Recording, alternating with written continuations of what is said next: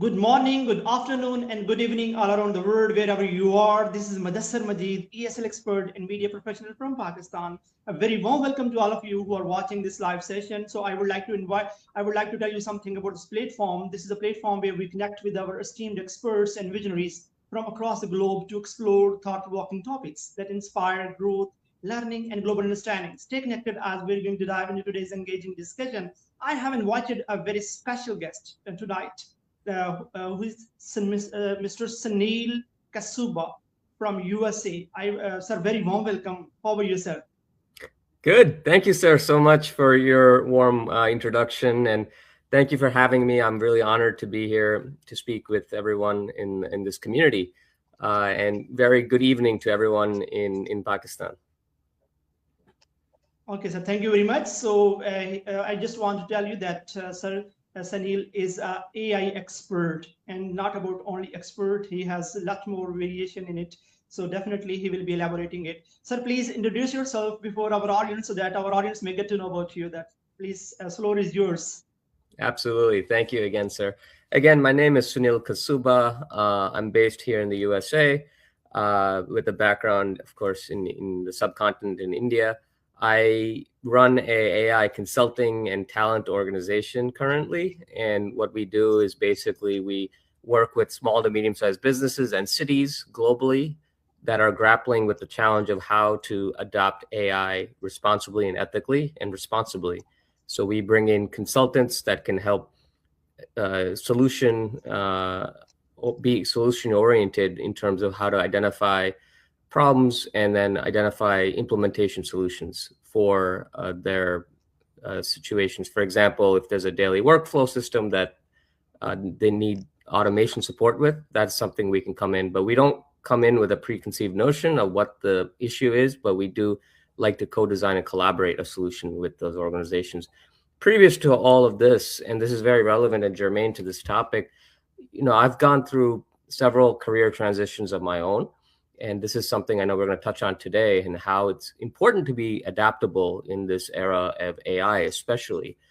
And I've shifted multiple times in my career. I started off working in cybersecurity for a number of years as an analyst, and then I transitioned to more international development type work where I was program managing programs in South Asia, in Bangladesh, Pakistan, Nepal, Sri Lanka, India, for example.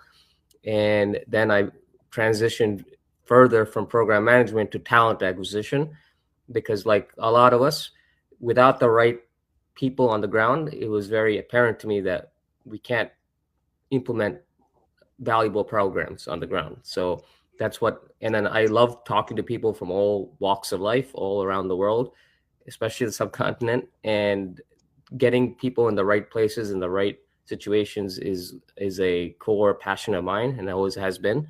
So that's how I've transitioned to talent. And most recently, with this age of AI, I've decided to focus on talent acquisition and consulting for AI professionals, professionals that have various skill sets that can provide a lot of value to small to medium sized businesses and cities that are looking to bridge the gap between AI and problem solving in their communities.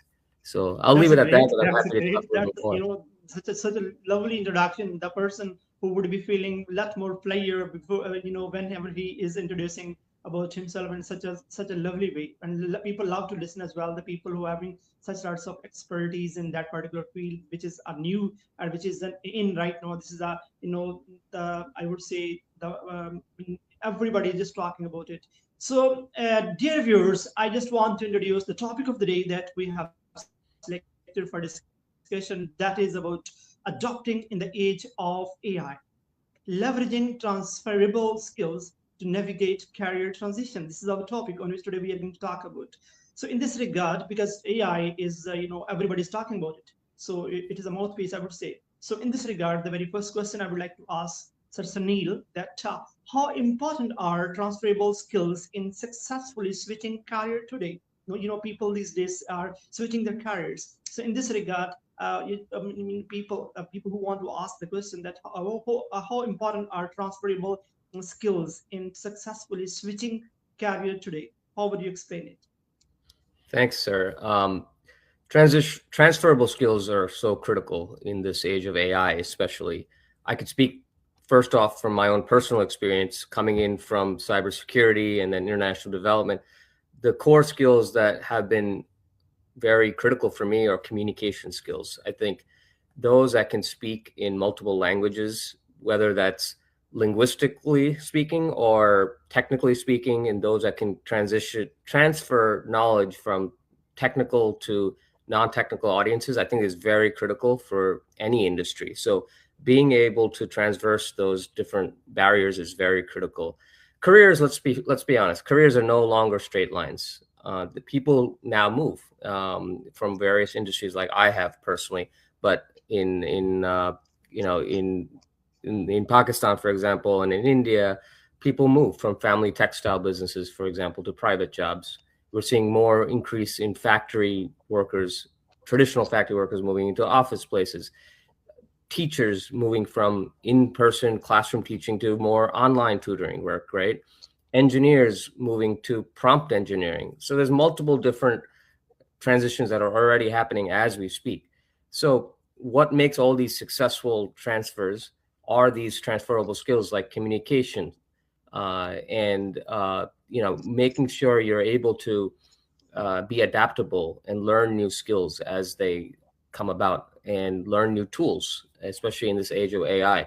So I think it's very important to be resilient and not have that school of thought that you come out of school or in your younger professional life that you have one career track and that's it. That's the mindset that maybe worked many generations ago, but now, as I've seen myself, you do need to be very adaptable. And I think and as a recruiter, what I value more is those transferable skills that you are able to bring to the table, those problem solving skills, those communication skills, those critical thinking skills, and show that you can not only identify a problem, but resolve that problem. Show that you have that mindset and that go-getter attitude that you can solve those problems that you identify.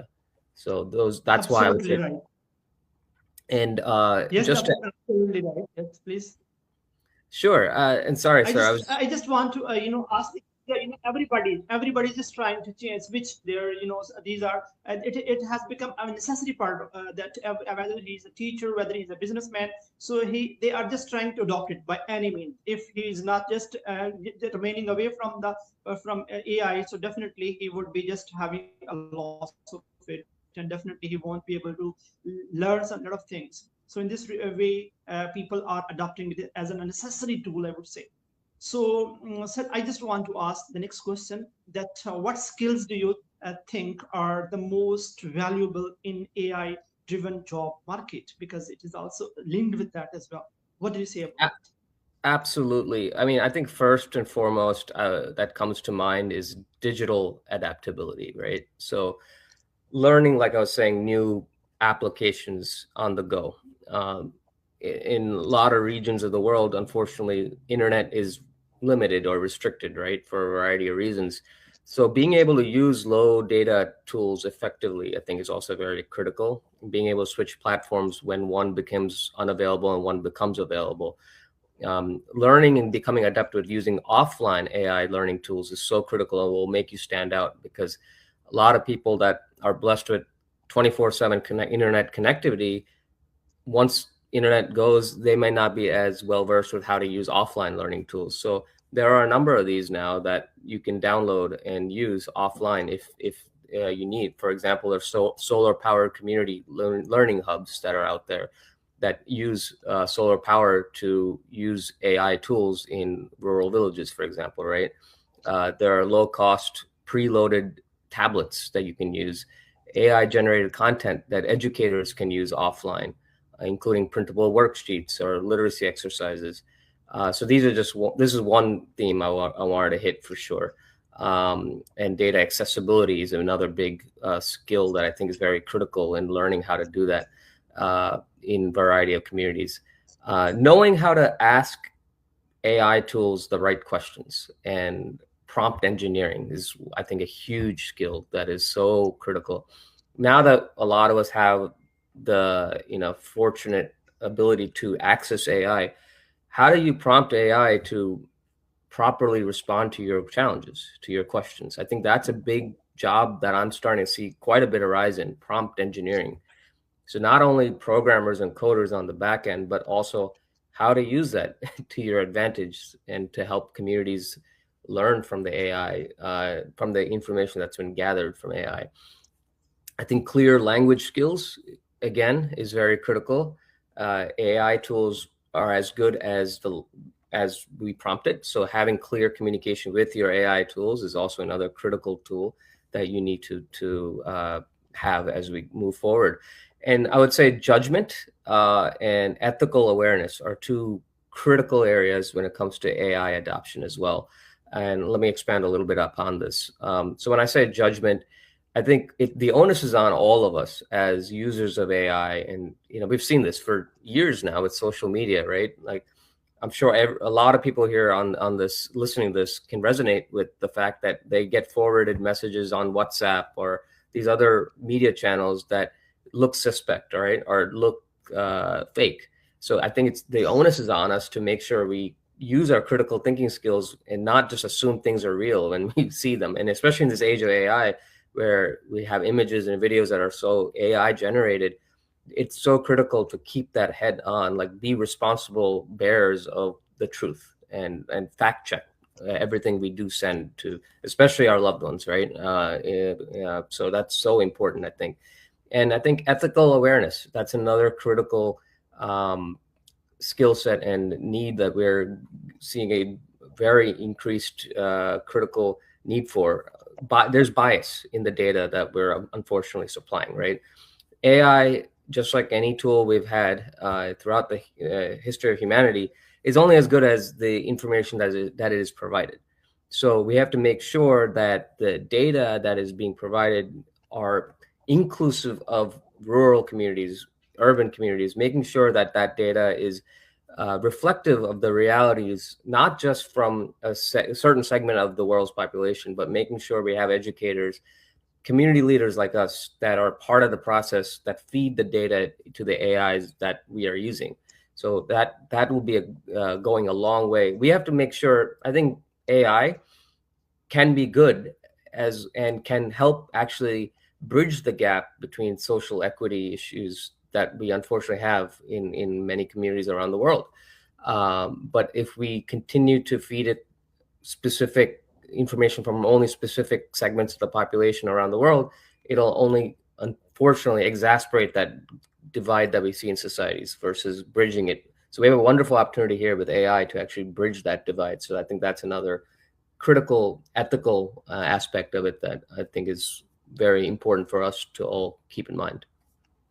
Yeah, definitely that is sure. I guess that a lot of people are just when they are using AI, so that time they're just giving them some sort of fake information and saying to them that feed this information. It is relevant to my bio and something like this. So later on, whatever you are expecting something like that, you're just searching that about that person. So the same sort of things reflected through whenever he is searching on it. So how it can be the things can be transparent and based on reality, how the people can just find out the exact information about the things, rather than that people who are just saying and giving this direction, please just save this information. If somebody is asking, if somebody is searching for about something like this, so show this information to the people who are just trying to, whether it is a fake or real, how this difference can be uh, this revealed or something, how it can be find out that exact answer. That's an excellent question. And I'll be honest, I myself have fallen victim to this many times where, I see something that comes through, it comes from someone I Hello? trust. And can you hear me? Yeah, so I myself, like I was saying, have fallen victim to this where I see content come through and it comes from someone I trust. And my immediate reaction is, oh, this must be trustworthy. But I think what the onus is for us to fact check, go to sources that we trust, right? Yes, I can hear you. I can hear you. Okay. Go to sources that we can trust, news sources that we know are credible. Do our own due diligence. Do our own research. Ask questions.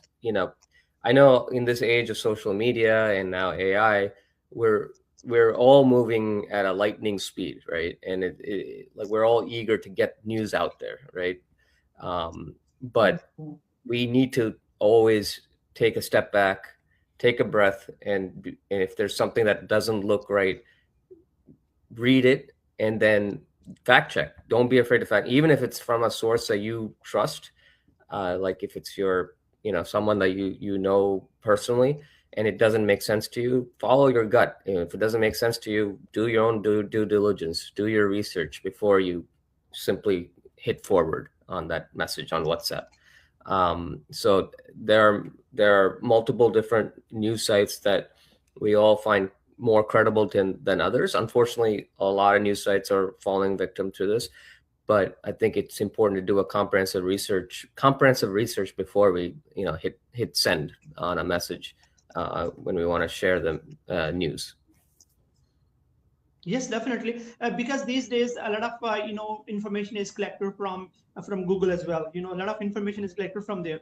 But these days, the other thing is that it is also collected from other social media platform as well. So about the people, about the some sort of, if when it comes to research on certain things, so that time it is collected from authentic resources of research, how it conducted and what are the relevancies of it, and how it can be, whether it is valid or invalid, or everything is, when somebody is asking about whether this medicine is relevant to my to my whatever I'm just feeling it, whether it is my relevant to that or not. So that time, it would give you some sort of suggestion that either it is either it would you can face some problem if you will be using in that direction and this direction. But still, people are just trying to if there is a doctor, and if you're just writing some sort of prescription from a doctor, is somewhat like else. But if you're just giving some sort of information to chat gpt, that please, I'm just having this thing, this issue, so please suggest me or recommend me some medicine, so it will be, I guess, that I won't be able to get it out. So that Right. time we have to be relevant to it as well, whether it can give you some proper medicine or not, or whether it can be such a altogether different scenario. People, because real doctor can understand you better, whether what the things you need. And whereas ChatGPT, you can just get some sort of information that what does it mean, whether it is valid, Correct. whether it is up to my body, or not, or it would be just straightforward. Would be writing something that this is a medicine and you can buy, and that's it. So this is Correct. also with major concern, I would say. Yeah. So the next, I would like to ask that, can you share an example of successful career transition enabled by the transferable skills? Because we are just talking about this. Sure. Let me. I have a couple of examples. I'll just kind of expand a little bit upon my own personal story, where I did transition from, doing, like I was saying, cybersecurity analysis. So I started off as an analyst and a researcher, then went into program management, and then went into recruitment. But I'd never been a business owner, and I'd never been a business owner in AI, which is a very new field. And I'll admit it's still something I'm learning every day from all the experts around the world. So this is an example of where I used some skills that I knew I had to transition into something very different than when I started as a career analyst in cybersecurity. I used my skill sets as a communicator, knowing how to translate very complex technical skills or concepts to more general audiences. Like I think that was a big thing, being able to speak to individuals from various walks of life. That was a skill set and experience I had working with nonprofits and in the international development world for the last several years, where I was able to understand how to talk and relate to people from various walks of life. And I think that comes very handy when you become the owner of a small business, to be able to communicate those thoughts and be empathetic and be emotionally aware when you're talking to people and trying to help relate to people. And AI is something that has helped bridge a lot of those gaps and learning curves that I've had to overcome, and I continue to overcome. I have a journey ahead. There's no doubt about it. But I've gotten to this point because I've been able to take on those transferable skills that I didn't realize I had, that, they're not very readily apparent when you read someone's resume, right?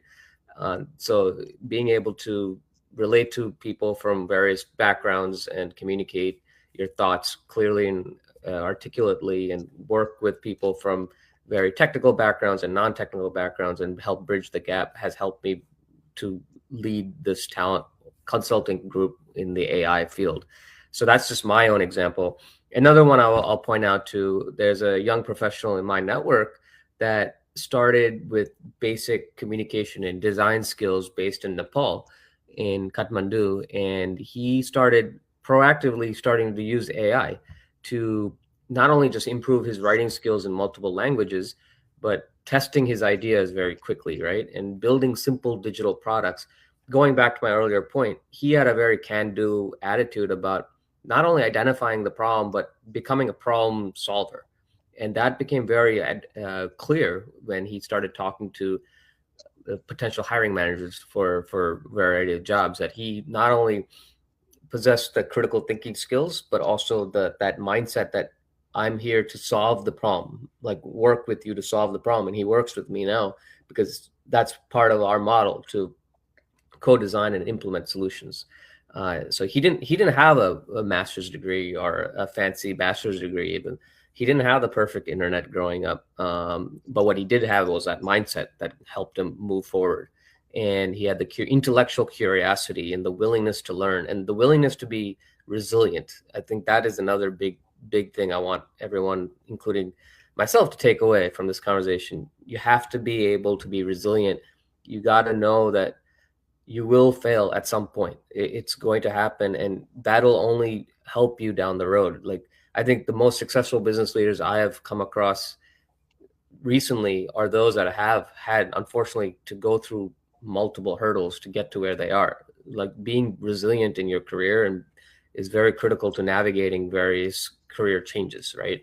So I think in having that self-discipline to do that those are the big things.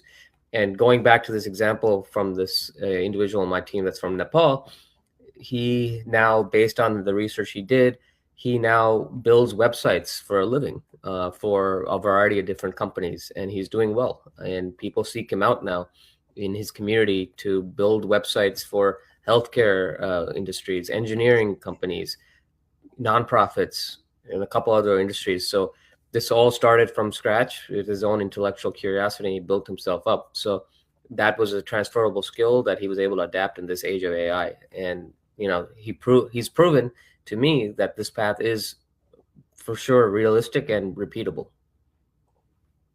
Yes, definitely. I agree with that. The things that it is just like intellectual curiosity, as you're talking about that. The people, in the 90s, I would give you the example that in the 90s, people, when the new computer was, began, at that there was a implementation of computers in different, institutions. So that time, people were not ready to accept it. So that time they have to accept. And right now the implementation of computer is everywhere. So without everything is on online. So that time, so in the same way, a lot of people who are having the curiosity to learn, definitely they are learning. But when those people who are just saying that it is not for my sake, it is I would hire somebody or to do something like this, so definitely it would work for that person. But the thing is that it has become a need of the time, that everybody should need to learn it over it.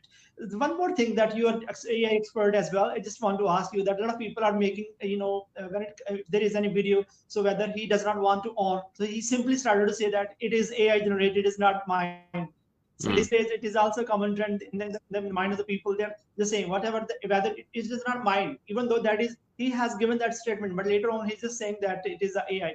How can they get it out whether it is AI driven, or whether it is generated, or whether it is a real thing? So is there any parameter to find it out whether it is a AI, but still he is not owning, but still the thing looks like real? How we can find it out whether it is a AI or something?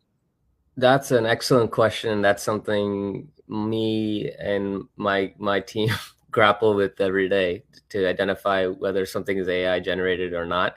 I think I don't know if there's one. I know there's not one solution to this issue, because there are AI generated images, there are AI generated videos, right? AI generated stories. So I actually have a few developers that I'm working with that are working on a solution actually to do this, to identify for employers what is AI generated, what is not. So I know this is definitely a huge work in progress, because the demand is obviously there, right? And I think there are tools out there. I haven't myself done the the the copious amounts of research to prescribe a solution at the like to be comfortable prescribing a solution, but I would say this is a huge work in progress that's happened in the last, it's more of a recent phenomena, right? To test and identify AI generated content for obvious reasons. But what I can say is this is a growing concern amongst the AI community, but also just researchers, educators like yourself that identify. I talk to professors pretty regularly on how they work with AI generated content, right? And like how that's affecting, and you as a professor, I'm sure, can resonate with this. And my question always to educators, how how you work with students, and and how do you identify what is AI generated, what's not, and how do you grade, and how do you evaluate someone's knowledge based on that? And it's a very interesting, like, for example, I was talking to a math professor a couple weeks ago, and I asked, so if ChatGPT can do long division for your students, and how do you evaluate their ability to do it? And what they mentioned to me, which was interesting, was that they're transitioning to more oral exams, where you have to get up in front of class and explain orally the steps when it comes to long division, just for an example, or algebra. So I think we're all grappling with this, to answer your question, sir. And I don't think there's one solution that will that exists at the moment. But what I can say is there are developers out there actively and proactively developing tools to identify AI generated information. That's great. That's a great. And at the last of our session, so I just want to ask you that what advice you would like to give to the people who are going to reskill in AI? So the emerging opportunity, what would you say about it? How would you explain it? Yes, that's an excellent question as well. Thank you for that. So first off, I think it's not only focusing on what to learn, but it's also how to learn in this Yes, age of definitely, AI, definitely. right? Uh, like, what sources are you using to learn? What are the modes that you're using to learn these different various skill sets? This goes without saying, but just having that open mind, right? To be very, proactive on continuous learning, and being able to strengthen your skills no matter where you are in your life, whether you're in your young professional career, mid career, later in your career, or retirement, whatever it is. Just make sure you're continuously learning how to communicate using these tools, right? How to use your critical thinking skills in the age and era that you live in the context you live in, right? um, you know and I think what a lot of us make the issue with here, including myself at times, is don't think big.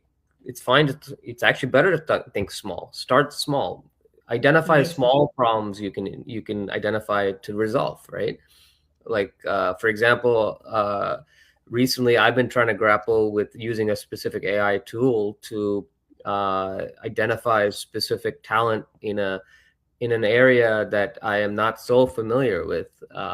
And I have, after spending a number of hours on refining this tool that I'm using, I've finally figured out, okay, this is what will work. And even though it seems small, because it's a specific job role I was trying to find the right talent for, I've been able to apply that at a much larger scale now. So all that to say, it's good to start with a small, relatively small problem, and then expand that to other use cases. Um, I think other things I would want to reiterate is making sure you are being active fact checkers, like we've talked about a lot on this call today. making sure you, as an educator or community leader, get a seat at the table where information is being collected for AI use, right? Making sure that we're like proactively identifying biases that exist to ensure that perspectives from underrepresented communities are being represented in the different AI tools, so that we don't exacerbate those social divides that already exist. At the end of the day, as I think we all would agree, technology should exist to not increase that inequality that exists, but reduce that inequality, not deepen it. So, lastly, I'll just leave it at this: that not only do we all need to lead with intellectual curiosity and discipline and integrity, but resilience. I'm just gonna harp on this again. We all have to be very resilient in this day and age. A lot of people have come up to me recently and have asked, "Oh, so my job is being taken over by AI. So what do I do with the rest of my career?"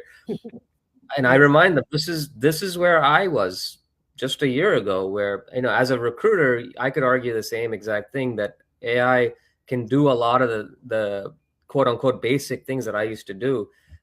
So what I've done and what I tell people is figure out how to use AI to your advantage. And there are a lot of more daily tasks that AI does help me with. For example, sorting through resumes, finding keywords that would take me hours upon hours. Now it takes minutes, right?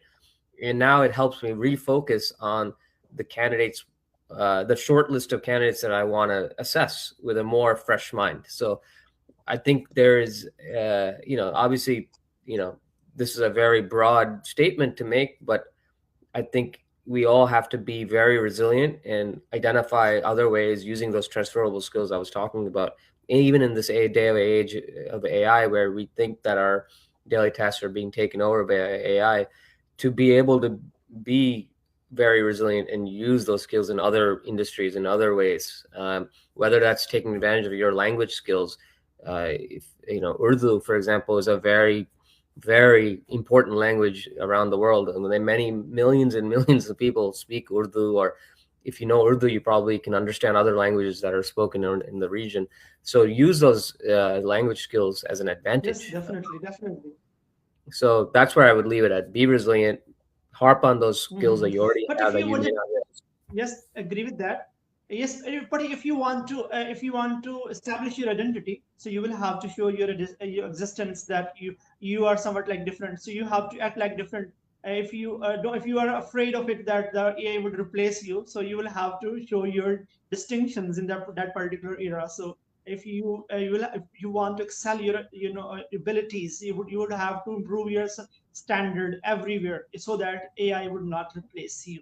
Try to show your identity, try to Exactly. sport yourself, that you try to make yourself excel your qualities, whatever the things that you have, try to showcase it, and try to prove that you are better than the AI, and then you can be survivor. Otherwise it will be very very difficult. Definitely your job will be replaced as well. So Absolutely. And sorry, this last thought that you just spurred, and I think is very critical, and I think you're hitting it right. What you're saying, it's almost more important. I would even argue more important now to ask what AI cannot do. Like yes, we definitely. talk so much about what AI can do, right? What AI cannot do and will never be able to do is be human. Like, as much as we are trying to make avatars and all these things, they're not human at the end of the day. We are still Yes, human. definitely. We need to be in the loop. So I think humans, we as humans bring that extra value that we are still human at heart, right? And we need to continuously be in Yes, the loop. human And heart and emotions. Yes, definitely. exactly. So that, I think, is the last thought I want to leave. Question what AI still cannot do, and make sure you can say that you can do that and be in the loop and check AI, because at the end of the day, we are the ultimate fact checkers. Definitely, that it is. So, it was the message that you have given based on AI. What is, on broader perspective, what the message that you would like to give the people who are, it would be just a, moral message or somewhat like that, that you would like to give to the audience who are watching this live session. Yes, I think it's making sure we all take the onus to understand and deliver, knowing that human skills will decide who benefits at the end of the day. Like, AI is here to stay, whether we like that or not. That is debatable, obviously. But I almost say it's not even relevant to have that conversation anymore. It's more how we as humans are in this cycle. It's up to us to decide where we are in the process. We have to continuously be in the loop where AI cannot substitute us. And there's many, many, many areas where AI will not substitute us.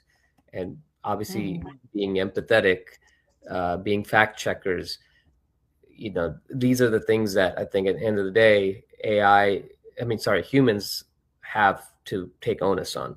So I think taking onus on those communication skills, resilience skills, leadership skills, being able to transverse many industries, and being cognizant of the social inequalities that do exist, because this is something AI does not inherently understand. It's only information that we're feeding it. So I think these are the things that I would leave everyone with, just making sure and reminding us that we have something to add value, and even in this age of AI, because we are human, and humans ultimately created AI. So let's not be afraid of it, but let's work with it, and let's work with it in a way that we know will be productive and help bridge the divides that exist in social equity around the world. Mhm. So very interesting and wonderful discussion. I would say that at the sum up, I was saying that I really feel honored that I have invited you and you have given a precious time to talk about AI and all that. I would say that a lot of people who are watching this live session, definitely they will be getting a lot of the questions they will be, answered. They will be getting the answer of those questions they might have in their mind before. So, sir, thank you very much for your precious time that you have given. And I really personally enjoyed a lot that the discussion. Even though the questions we have already planned, but later on I just start asking different other questions, just to get it interacted, even though questions were just coming out of from your discussions. That's why I start asking those questions as well, and you have wonderfully explained those things as well. So thank you very much, sir, for your precious time that you have given to talk about the topic of the day. So, Thank you sir, so once much. again, so thank you very much so much again. So dear viewers, as you know that every Sunday I used to invite such delightful and knowledgeable people from across the globe to show you that what the knowledge, what extent of knowledge they have, and how do they share it in the all around the world. So hope so you might have enjoyed today's discussion, and definitely surely as well. So looking forward for the next session. Till then, goodbye. So stay tuned. Goodbye. Take care, Bye bye. everyone. Thank you so much for your time. Okay.